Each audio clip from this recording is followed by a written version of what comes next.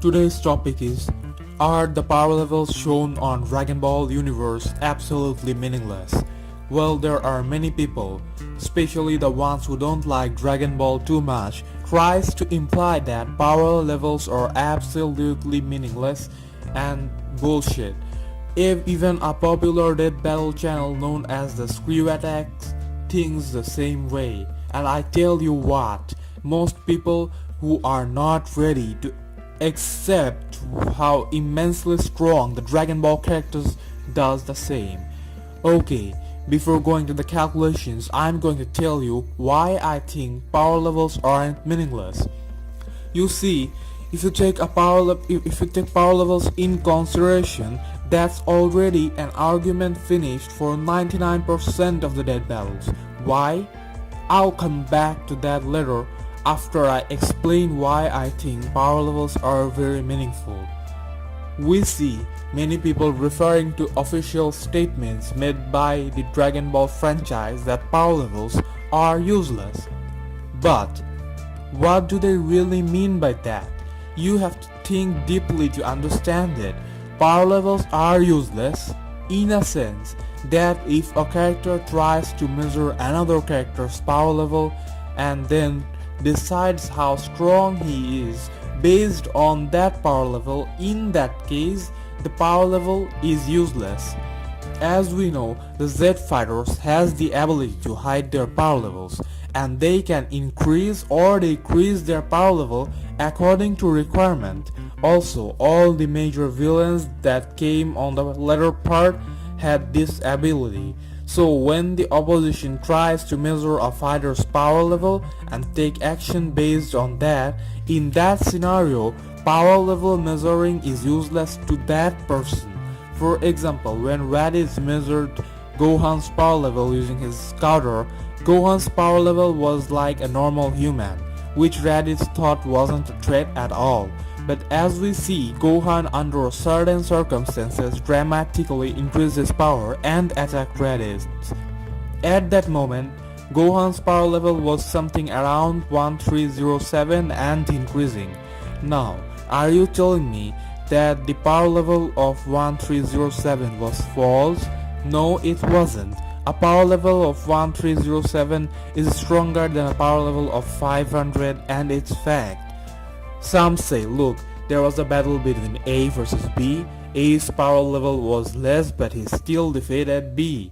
In Dragon Ball, even if A started with a lower power, he still had the ability to power up, crossing his limit. So when he dealt damage, his power level was higher than B. Some say, if you are saying the scouters are faulty, that means all power levels displayed on the scouters were also false. Dude, no, I'm not saying the scouters are faulty, but the scouters had limitations, like the characters could hide their power levels from the scouters. When the power levels increase more than the scouter's capacity, the scouters blast and get destroyed because it can't measure the power level. But it doesn't mean that the power level was false or the scouter is faulty. Just because a character can hide his power, when the power level was shown to be 10,000, it was 10,000, and the character with a power level of 10,000 is stronger than a character with a power level of 5,000. It's a fact. And in Dragon Ball universe, power levels are directly related to the combat speed, strength, endurance, etc. Because of some special techniques, a character might be better at a certain move even though they have the same power level, but basically more power level means more of everything.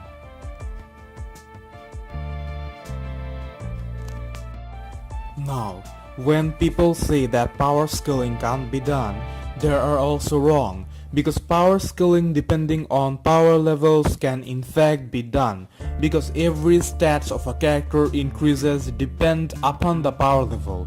Suppose Gohan is on one end and Cell is on the other. Now both are throwing beams at once and it collides. Now Cell is deceiving with his power levels and is hiding his power level. from Gohan. In change, Gohan is doing the same, so they don't try to measure their power levels anymore and give their best shot, and at the end, let's say Gohan's beam overwhelmed Cell's beam. That means Gohan's beam had a higher power level than Cell's beam. It's not like Gohan's beam with a power level of 1 million divided Cell's beam with a power level of 2 million. So the power levels are directly related to the increase of one's power. I can cite you an example of linear increase of speed in accordance with the power level as calculated by Roaring Thunder Pursuit in one of his videos. Goku took 3240 hours to reach King Kai with a speed of 310 km per hour. His power level was 450 at that stage. On his way back, he required only 28 hours, traveling at a speed of 11,000 km per hour, and his power level was 8,000 divided by 450, 18 times higher, while his speed was 11,000 divided by 310 equals to 36 times faster. So we have ratio of speed by power level equal to 2:1. Then they calculated and showed what Super Saiyan God Super Saiyan's speed is, and what it turns out is Goku's top speed is 1.3 quintillion kilometers per hour, or 8 quadrillion miles per hour, compared to Superman's top speed of 1.2 quadrillion miles per hour. A guy argued with me that power scaling doesn't work because Piccolo with a power level of 300 destroyed a planet with much lesser effort and in much lesser time than Vegeta with a power level of 20,000, proving power levels are not related with the increase. This argument is very dumb. Let's say a person has the ability to lift 500 pounds. Now if he wants, he can also lift 200 pounds. It's just simple as that. He used less power than he could. While suppose Piccolo's max potential is to lift 250 pounds and he lifted 220 pounds. So I guess you see what's happening there. Again, just to make you realize how much value power level has in Dragon Ball universe, I would like to mention what Master Roshi could do with a power level range of 100 to 200. Master Roshi back at Dragon Ball destroyed the moon taking only a few seconds and had only a power level of 100 to 200. According to the voice actor of Frieza, Frieza Goldform's power level is 100 quintillion. So you can only imagine the things he could do.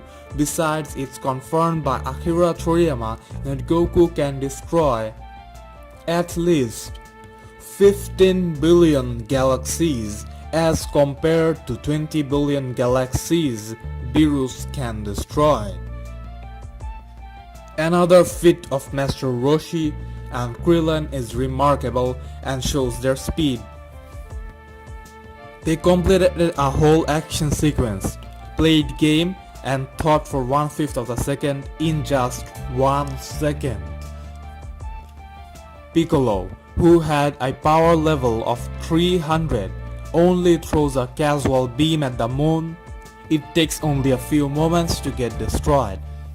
The moon is 1.3 light seconds away, and it would take additional 1.3 seconds for a light from the explosion to return back to Earth, which means this beam from Piccolo was at very least close to the speed of light. And when it comes to this, when it comes to characters like Goku, Vegeta, Whis, Beerus, we are talking about billions and trillions and quintillions of power level, which easily makes most of the Dragon Ball characters win any type of death battle, for which all the anti-Dragon Ball dudes tries to prove power levels are useless. Akira Toriyama said the reason why the concept of scouters were removed, and he said it was because if power level was always mentioned, we could easily see who is going to win, and hiding from opponents would become difficult. Besides, the character had the sense of sensing power levels, thus not requiring a scouter. Never did he ever say that power levels are false or what were thrown is wrong.